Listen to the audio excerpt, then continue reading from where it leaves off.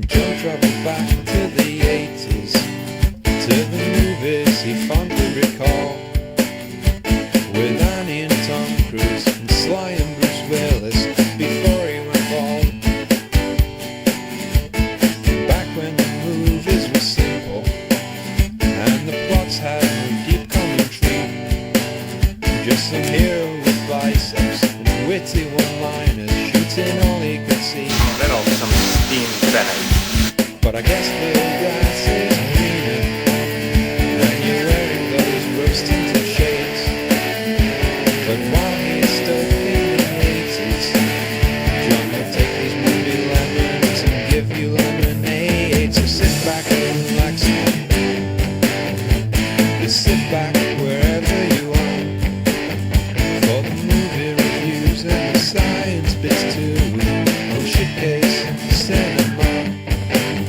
On the Shitcase Cinema. Oh, it's the Shitcase Cinema. I say bullshit. You're a murderer and a thief. What's it to you? Okay, so after doing classic reviews on such memorable films as Body Melt, Carnosaur and The Stuff, I wondered what I could look at next. Now, I got a message from a guy asking me to take a look at his film on YouTube. So, I took a look, and now it's time for us to take a look together to see what I found. Clash of the Criminals. It's obviously shot by a bunch of friends with a camcorder, and it doesn't get any more low budget than this. I'm sure lots of us out there have made crap films with friends, and it's fun to do, but it is crap nonetheless, make no mistake about that. So, although I could say, yeah, nice effort guys, there's no fun in that, is there? And hell, they came to me asking me for a review, so they're gonna fucking get one. So, here we have two girls in a jacuzzi, one of them is topless, so let's get a bit of a closer look. Oh hell no, it's a guy! It's revealed to us that he's some big shot crime lord. A teenage crime lord. Jesus Christ, what the hell were they thinking when they cast Marlon Brando as the Godfather? Well, he's got an assistant who has a bunch of files on some criminals, so a meeting is organised, and here they all are. Hot damn! What a sorry bunch of rabbit shit. Look, one of the guys even brought his 6-year-old son with him. But wait, he's no 6-year-old kid, he's a goddamn kick-ass criminal mastermind. What? And he wears a knuckle duster on his right hand, so don't cross his bad side if you know what's good for you. Rack off, idiot. Rack off, how very Australian. Proves that they've done their homework, kind of, in a half-arsed way. Probably by watching old episodes of Home and Away, no doubt. She looks so bored in the background, and then the next jumped cut shows her even more bored. She's probably dreaming about razor blades.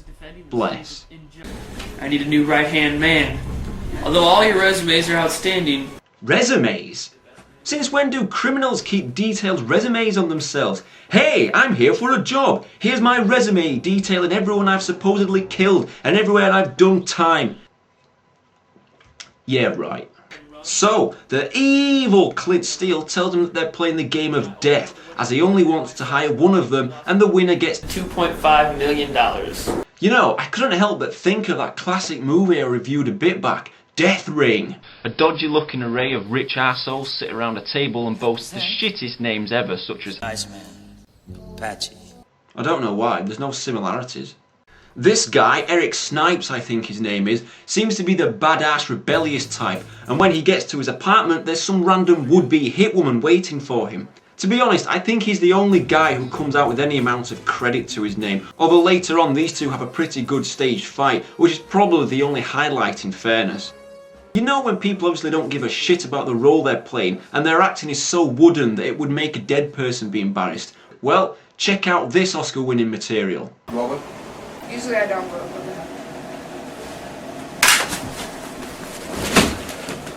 What the fuck, you're hurting me. It's slack as a bag of bollocks covered in grease that she falls for the oldest trick in the book and then doesn't even make an effort. She just casually sits on the bed looking bored to tears.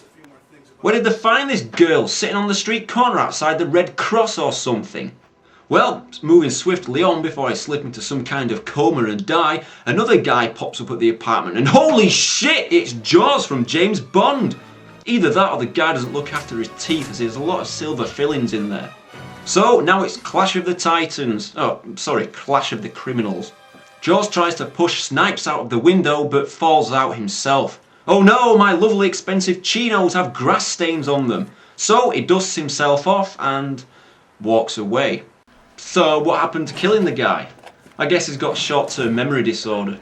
So Snipes bumps into the Australian guy, they team up to fight back against the evil Clint Steele, they drive away and we're suddenly faced with this.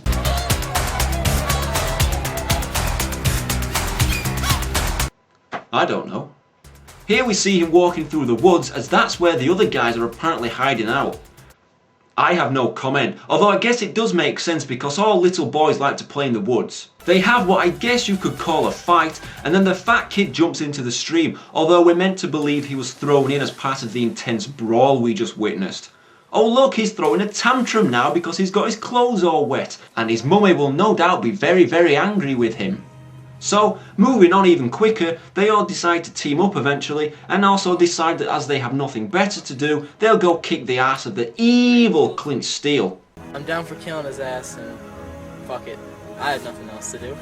Except maybe getting your ass back to school. They find the evil Clint Steele, and he has them all at gunpoint. He shoots at them with his crappy gun, which makes the weirdest sound I've ever heard from a firearm. But they all manage to duck at the same time, faster than the speeding bullet, and for some reason the intelligent mastermind runs away and leaves his gun behind. And how does that make any sense? What's even stupider is that none of the criminals think to pick it up, they just run after him half-heartedly as he drives away. Or somebody else drives away, as we just saw Clint Steele running through the grass like a retard on a sugar high.